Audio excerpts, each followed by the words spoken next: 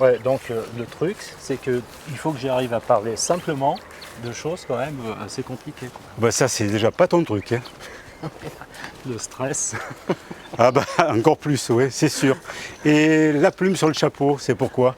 Le panache. Qui est panache? Bah, du panache. Ah, Toujours du panache. bon, ben on va voir ça. Voilà.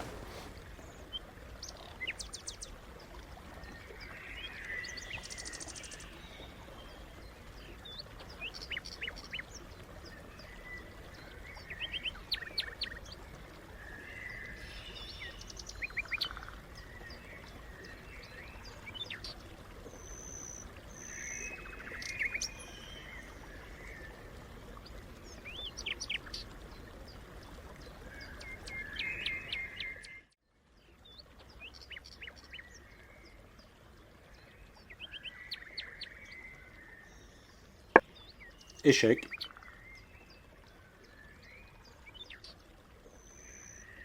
Et hop, je te prends ta reine.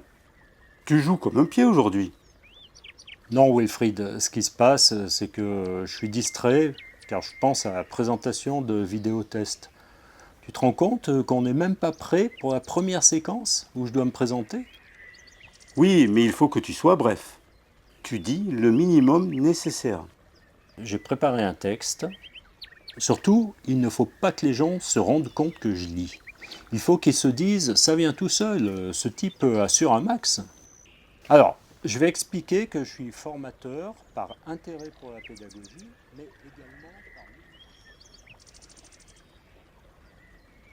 Bonjour, je m'appelle Serge Rouvière, je suis infirmier de secteur psychiatrique et formateur en réhabilitation psychosociale par intérêt pour la pédagogie, la transmission des savoirs et des compétences, mais également par militantisme, étant persuadé que le rétablissement en santé mentale est possible et qu'il est donc de ma responsabilité de le promouvoir.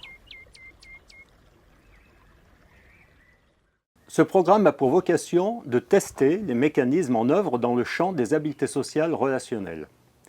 Dans le cadre psychiatrique qui nous intéresse, les habiletés sociales correspondent à un ensemble de stratégies cognitives et comportementales qui permettent à un individu d'interagir avec son environnement sur le plan de la communication et de l'adaptation sociale, et ce de façon optimale.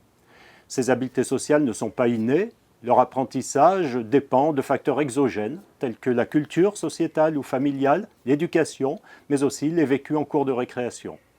Elle s'acquiert en grande partie par l'observation de modèles référentiels et par tentative d'imitation. Elles sont d'autant plus flexibles et adaptatives que l'individu est doté d'un système cognitif performant et d'un répertoire comportemental riche et varié. Dans le cadre de pathologies psychiatriques chroniques, par l'impact des symptômes et des déficits psychosociaux, ces habiletés sociales sont souvent appauvries, stéréotypées, rigides et peu enclines à s'adapter finement au contexte dans lequel elles sont sollicitées. Il s'agit ici, dans ce programme, de mettre en relief les mécanismes dysfonctionnels jouant un rôle actif dans les difficultés que rencontre la personne dans ses interactions sociales au quotidien et susceptibles d'être l'objet d'une intervention de type réhabilitation. C'était bon là, personne voyait que je lisais au moins.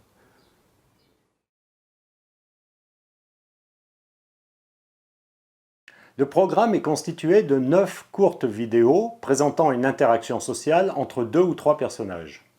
Les vidéos sont séquencées dans un ordre établi suivant leur complexité. Nombre d'informations et de stimuli à traiter, nature et enjeux relationnels au sein des situations présentées.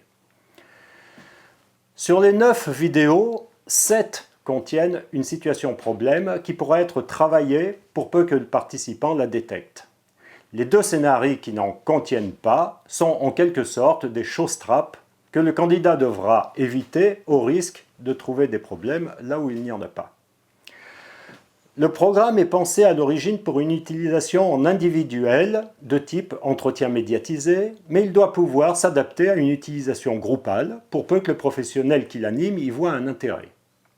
Ce peut être le cas notamment dans des structures de type hôpital de jour, CATTP, appartement thérapeutique ou foyer d'accueil médicalisé.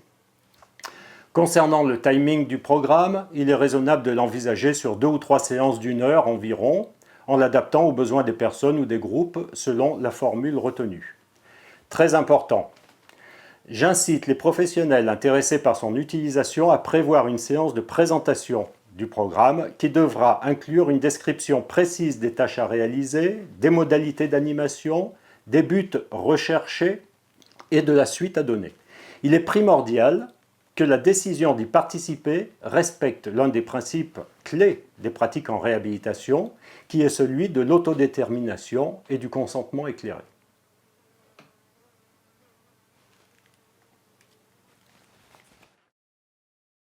Le rôle de l'animateur est crucial puisque c'est lui qui, en guidant les investigations, va donner aux vidéos leur pertinence.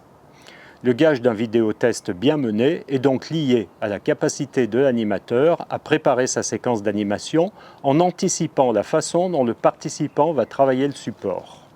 Il faut bien comprendre que les vidéos jouent un rôle de médiation et ne sont aucunement une fin en soi. C'est l'animateur, dans sa capacité à les questionner, qui va leur donner leur valeur de test. L'animateur peut procéder par étapes. Leur nombre pourra varier suivant le contenu de l'interaction proposée et la teneur des réponses émises par le candidat au test.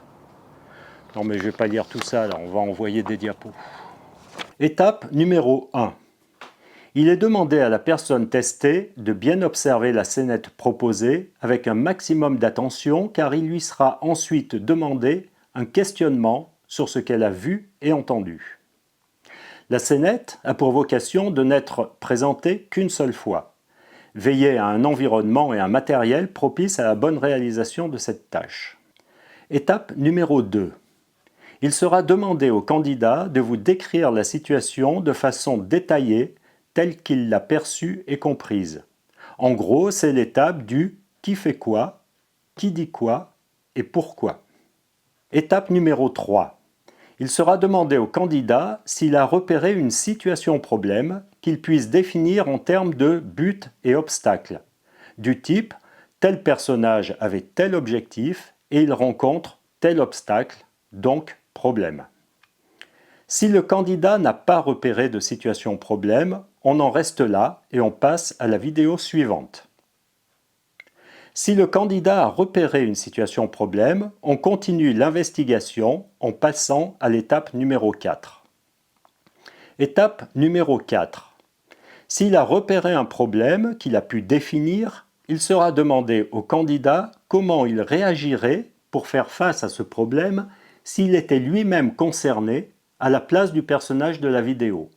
Quelle serait la solution ou la stratégie qu'il mettrait en œuvre? L'animateur doit obtenir une description détaillée de ce que ferait le candidat, ce qu'il dirait et la façon dont il s'y prendrait. Étape numéro 5. L'animateur propose un court jeu de rôle où lui-même tiendra le rôle de l'interlocuteur afin de permettre au candidat de jouer sa stratégie au plus près de ce qu'il a annoncé et de ce qu'il envisagerait de faire en situation réelle. Le jeu de rôle doit s'arrêter dès que la stratégie a été réalisée, puisque c'est la performance du candidat qui est testée, sans présumer du résultat. Vous retrouverez ces différents paramètres d'animation dans une guidance qui accompagnera chacune des vidéos. Il vous sera également proposé des investigations supplémentaires sous forme de propositions afin d'investiguer d'autres paramètres pour lesquels la vidéo a été réalisée. L'animateur aura également toute latitude pour envisager des questionnements de son propre chef et qu'il lui semble pertinent de proposer.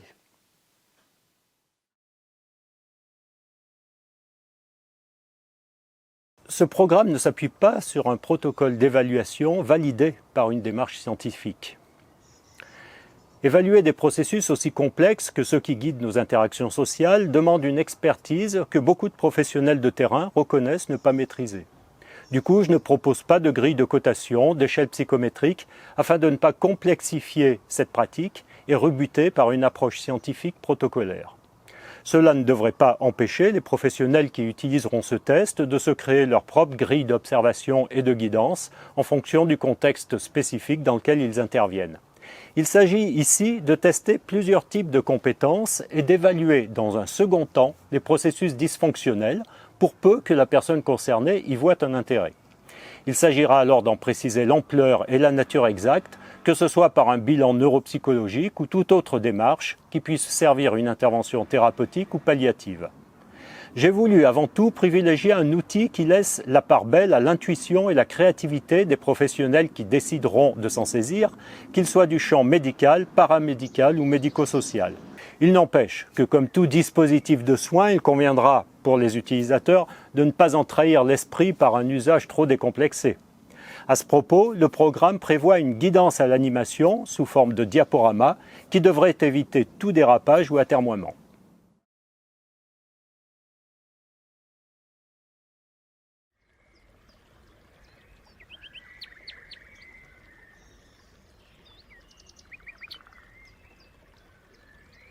Bon, tu m'écoutes ? Ouais. L'humour met en jeu des mécanismes liés à la théorie de l'esprit, notamment la capacité de faire semblant, de percevoir que l'autre nous propose une situation à considérer au second degré, qu'il joue ou qu'il dit une chose pour son contraire. Les fameux « c'est pour de la rire » que les enfants échangent entre eux pour clarifier une intention, celle de la mise en scène. Autant de capacités qui peuvent faire défaut à certaines personnes atteintes de pathologies psychiatriques. Le champ de la cognition sociale est riche de plusieurs dimensions qui se combinent les unes aux autres. La dimension liée à la théorie de l'esprit est une des plus complexes et des plus utiles au décryptage subtil de la communication interpersonnelle. J'ai donc volontairement introduit certaines composantes humoristiques dans chacun des scénarios. Je propose à l'animateur de bien observer si le candidat est réceptif à ces mécanismes. Si la personne reste totalement impassible et aréactive, là où l'animateur s'amuse un tant soit peu, c'est un élément clinique qui mérite d'être repéré et investigué comme un éventuel déficit dans une ou plusieurs dimensions de la cognition sociale. Qu'est-ce que tu en penses ? Non. Non ? Non, laisse tomber. On laisse tomber alors, on Ouais. met pas alors. Ok.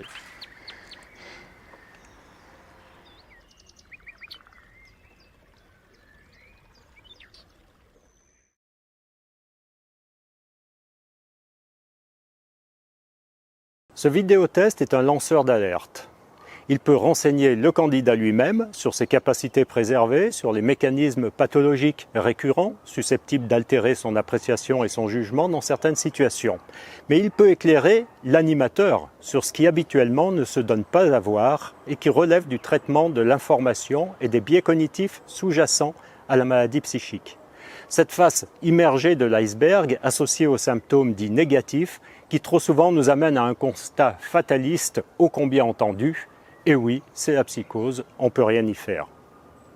La suite à donner consiste, lors du bilan de fin de test, à révéler au candidat les observations cliniques que l'animateur a pu relever au cours des 9 vidéos, à les commenter, à les partager.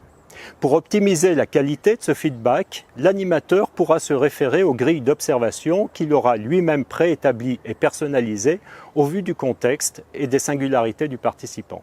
Qu'en pense le candidat ? A-t-il appris sur lui-même ? Y a-t-il des éléments sur lesquels il souhaiterait bénéficier d'une évaluation en bonne et due forme avec la perspective d'une intervention thérapeutique à la clé ? Souhaiterait-il intégrer un groupe d'affirmation de soi centré sur la résolution des problèmes interpersonnels, des activités de stimulation cognitive, etc., etc. Pour l'option groupale de vidéotest, on peut envisager un gain dans la multiplicité des points de vue sur les différentes situations, les différentes options testées concernant les stratégies de résolution de problèmes. Dans un second temps, les vidéos peuvent également servir de support pour entraîner les habiletés sociales sur des stratégies de communication à partir de techniques d'affirmation de soi. Oh ben ça alors, zut, on voit les pages dans tes lunettes. Tu crois ? Mais non.